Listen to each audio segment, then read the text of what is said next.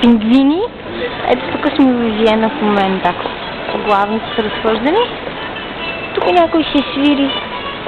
И колко е симпатичен този човек. Къде ти Рости? Ето го Рости. Вече сте любиш. Това е главната на Виена.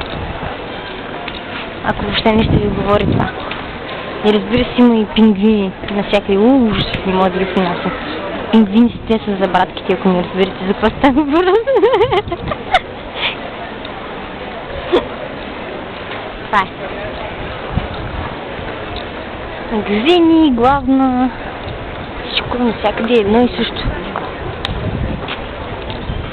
Чисто. Баба, която продава свещи. Бурката, да научи някой да си купи там. Сваровски. Чувствам се като някой гид.